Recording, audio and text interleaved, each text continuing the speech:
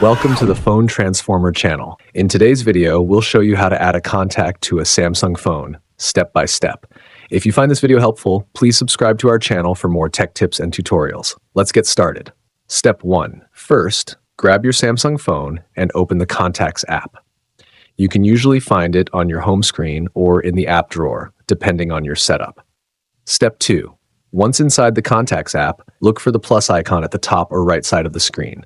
Tap on it to start adding a new contact. Step 3. Now you'll see fields to enter the contact's details.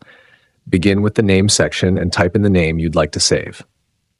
Step 4. You'll also notice an option to add a phonetic name.